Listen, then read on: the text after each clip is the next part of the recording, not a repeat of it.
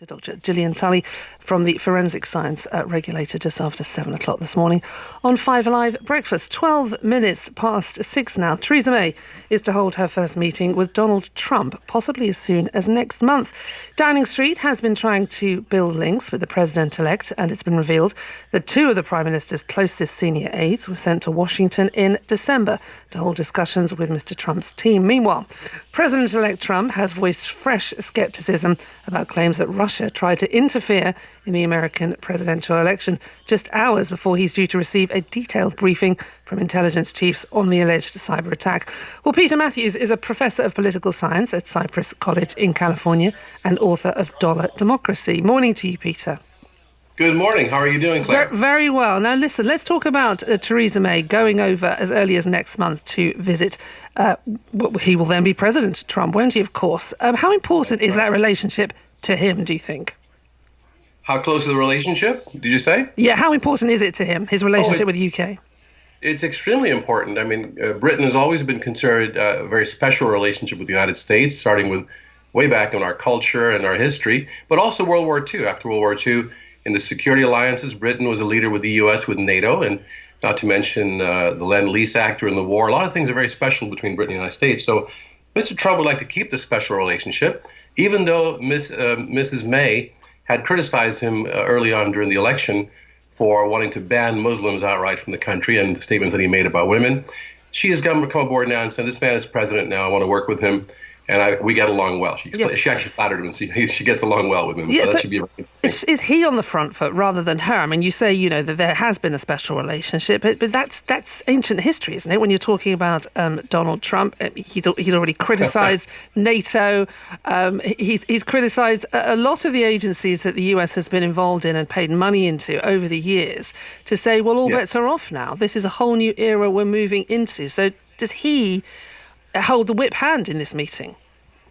He does, actually, and that's a concern because we don't know which way he might go at any given moment. And we're hoping many of his advisors, or some of them, would be stable enough and experienced enough to rein him in and keep him in line in terms of what he needs to do to be a serious world leader, and not to just make statements like they did about China recently, about meeting with having taken a phone call from the Taiwanese president, which caused a ruckus. So those kinds of things have to be really looked at carefully. Can he actually be the leader that the United States has been? Or will he just go off and do things that are so unpredictable that we don't know what that'll do for the British-American relationship, or for that matter, the EU relationship with Britain, or the Russian relationship with the United States? It's a lot of things at stake here. Yeah. Let's also talk about the major issue that's making the headlines, not only in the US, but over here as well. President-elect meeting with intelligence directors later today. Focus of the talks obviously revolving around the subject of alleged Russian hacking of US political groups and intelligence agencies in America, saying this happened, and him still raising an eyebrow. And people saying, what is going on? Why is the president-elect siding with Russia over his own agencies? Where do you think this one's going to go?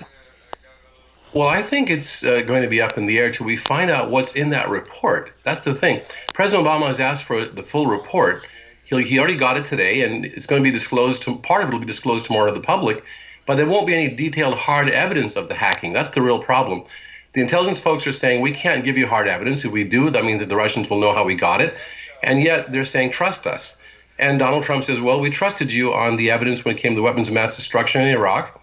And some of you were in power at the same time in the intelligence service back then.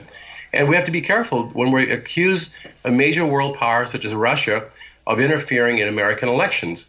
We should also look at carefully as to what kind of interference was there. Let's suppose Russia actually did hack those emails and made them public.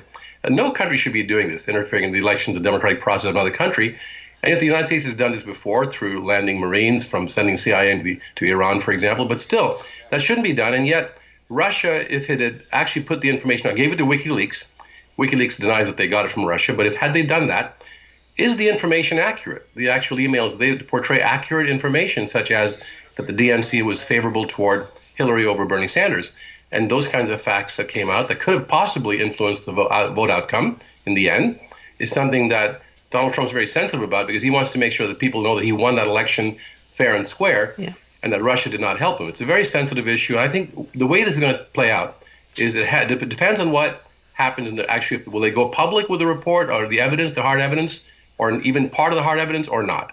Or just say, trust us. And that's going to be, we'll know that in about a couple of weeks, actually, or less than that. Excellent. Pete, thank you. Peter Mathews, Professor of Political Science at Cypress College in California. 18 minutes past 6. This is 5 Live Breakfast. The BBC News now on 5 Live. A report says the quality of forensic